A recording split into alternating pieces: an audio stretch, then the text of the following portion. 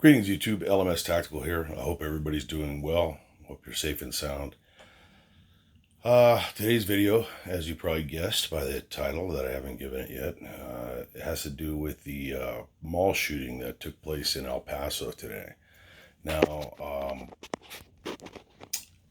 in the interest of full disclosure, oh, by the way, if you're offended by foul language, then please leave the channel. You pathetic weakling. In the interest of full disclosure, I do want to say that I probably know the least about this shooting of anybody in the country right now or the world. For those of you listening in South Africa, there was another mass shooting in a mall in El Paso. Now, I haven't watched the story. I've been dealing with a basement flood situation for the last 3 days. I mean, we're talking up all night, sucking water out, thought it was the air conditioner, blah, blah, blah. So I got a guy coming out Monday, but I got a temporary fix on it, but I got fans going and the whole bit. So I had the TV on in the background, and I heard just enough to where I knew right away I wanted to jump on here and make a little video. So I'm probably going to get the facts wrong because they weren't facts; they were speculation. I think at least 18 people were shot. How many are dead? I don't know. None of this really matters in terms of the context of the video. It's my video is a reminder to those of you that conceal carry, and some advice for those of you that don't, and I think you should, if you're comfortable with it. So the things that struck me just from the little bit I heard, and I believe it was one suspect and the young guy, 21, he's alive. So, obviously the anti-gun liberals are going to jump on this, and just like the Vegas shooting and every other shooting for the next, months, and for these Democrats, they're going to pop up and talk about this is why we need to take guns away and we need to make all these laws and blah, blah, blah. Now, they're too stupid to know. They actually aren't too stupid to know. They realize what they're saying is stupid, but they depend on the stupidity of their listening sheep that follow the liberals, who can't think beyond what they hear on CNN and MSNBC. Because the fact of the matter is, the laws that were already in place prohibited somebody from going into a place and mowing down innocent people. That's called murder. So laws don't stop criminals. That's why they're criminals. So, adding new laws and more laws, all that is done. They spin their sheep up. They spin them up so that they somehow think that more laws will make them safer. But they're slave drivers, the liberals, the communists, the socialists, all same thing. They use this fear mongering and this bullshit about adding more laws as a vehicle to get toward eventual gun ban, which is what they want, so that they could implement their socialism and communism much faster. As I always say, the Second Amendment is all that stands between us and full-on tyranny. So brace yourself for all that shit. You're going to hear it.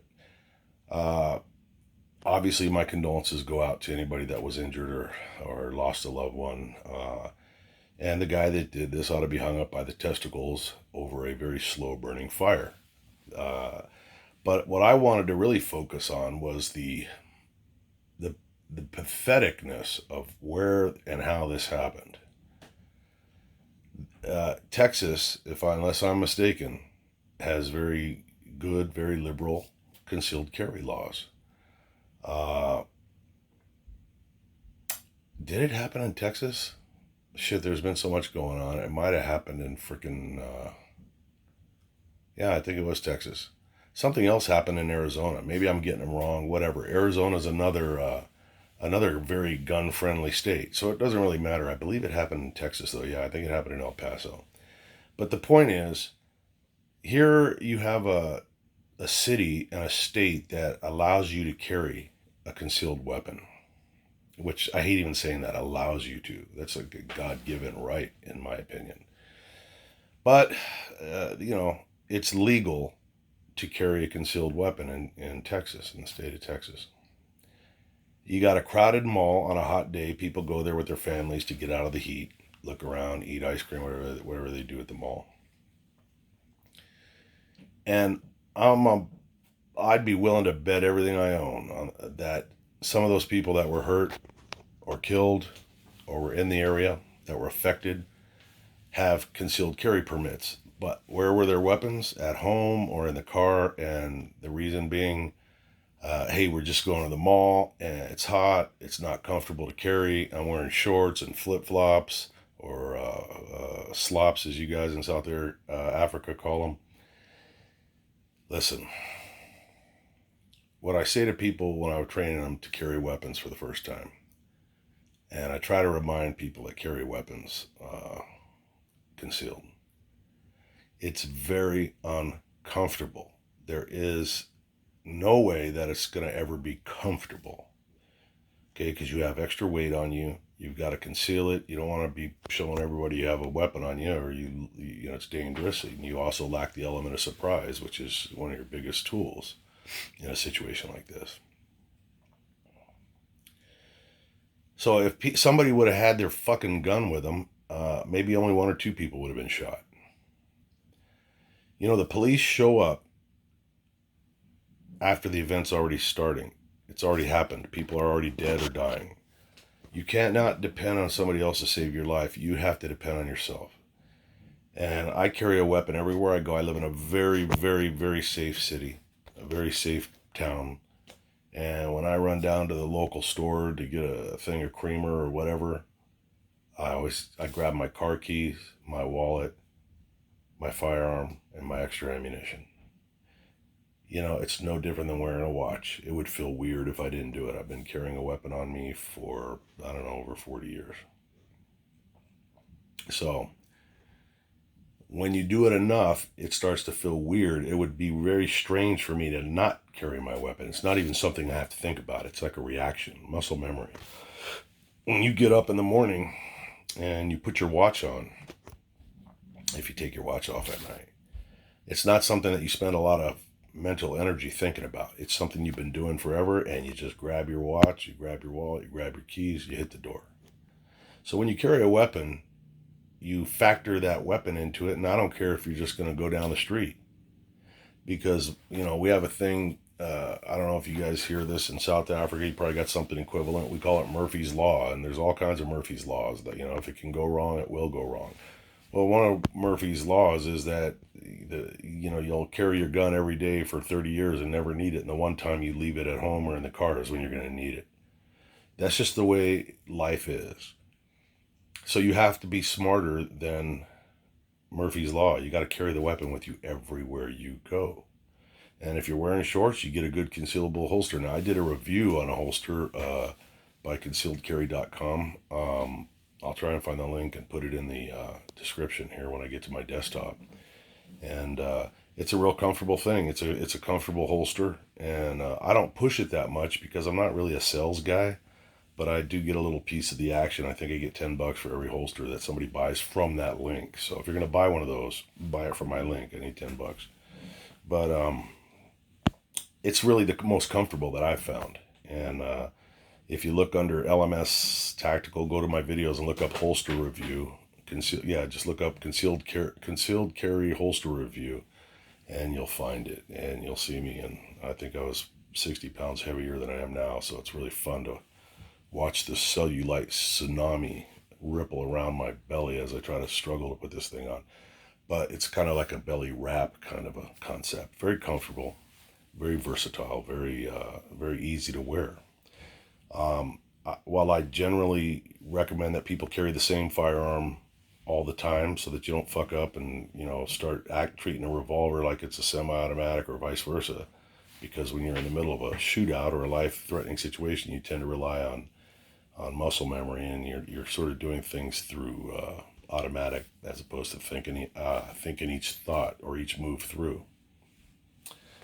That being said, I do carry sometimes it's summertime, it's hot as hell. I'll wear a tank top and shorts and flip flops or slops, and I'll throw a Smith & Wesson 5-shot into my waistband with two strips, of extra ammunition.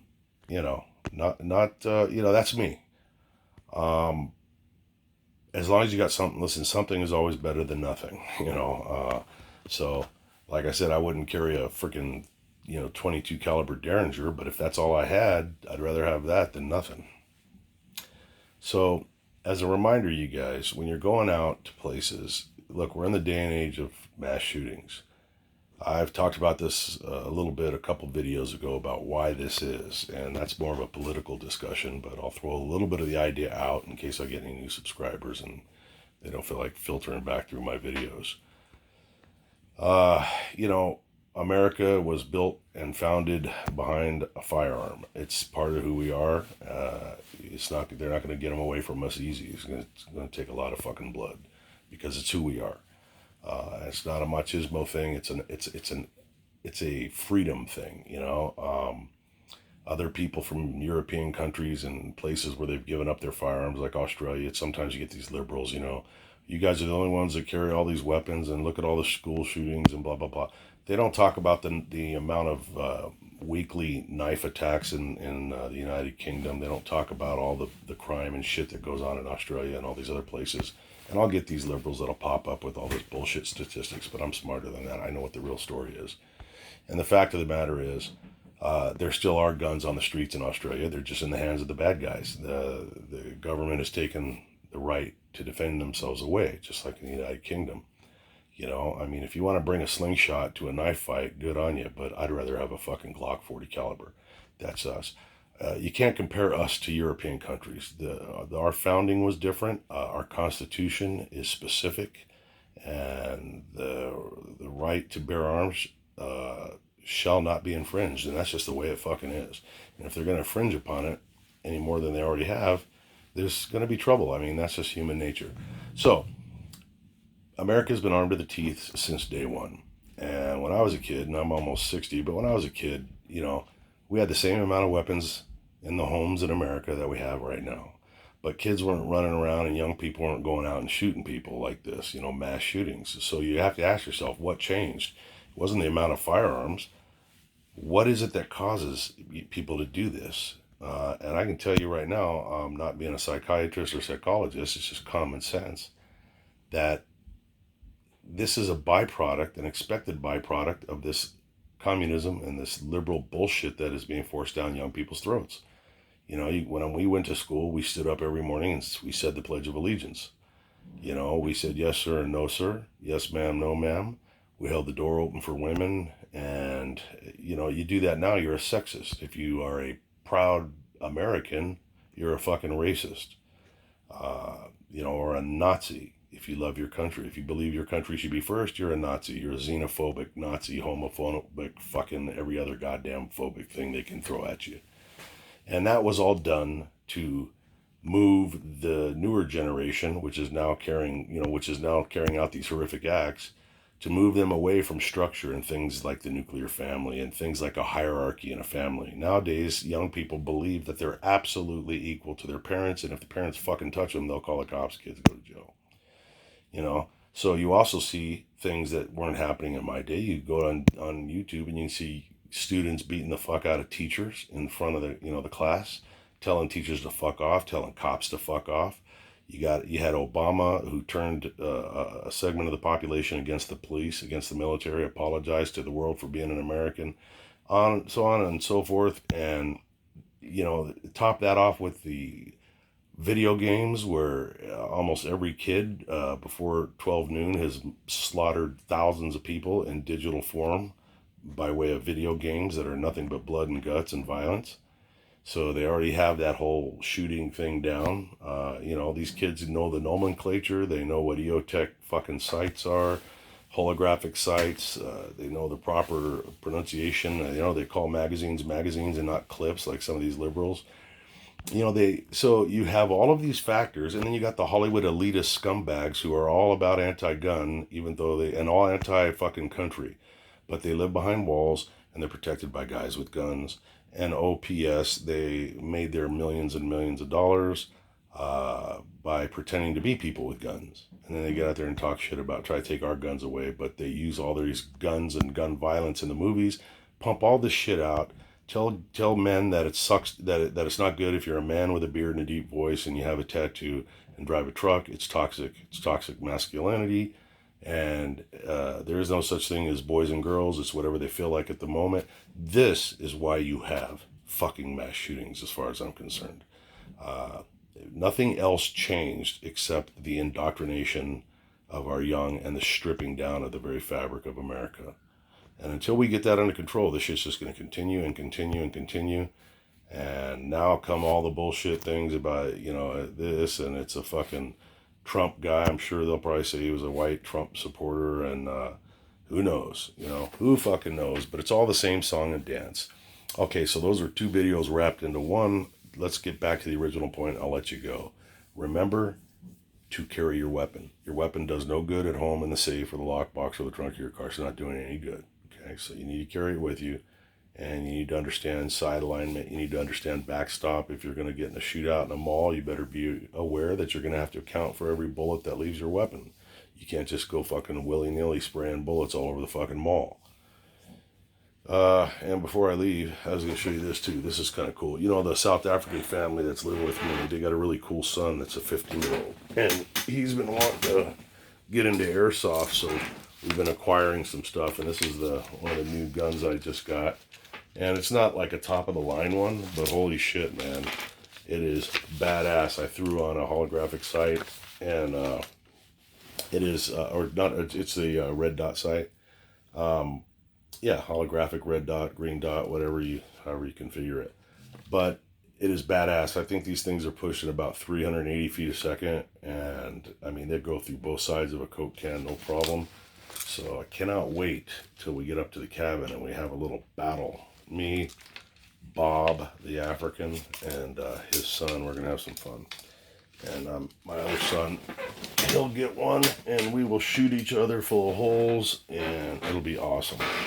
Anybody, any of you guys do that airsoft? I used to do it with my kids back when they were kids. Now they're all grown up, so it's kind of me revisiting the whole airsoft thing. We did paintball and all that stuff. So it's not only fun; it's actually a good way to maintain practice, because you still have the same principles of shooting. Your side alignment, your trigger press, all of that stuff, concealment, cover. If you're not into it and you haven't tried it, give it a shot, so to speak. And I think you'll like it. It's fun. Anyways, that's my video. Hope you guys are doing good. And in the meantime, stay safe. LMS Tactical.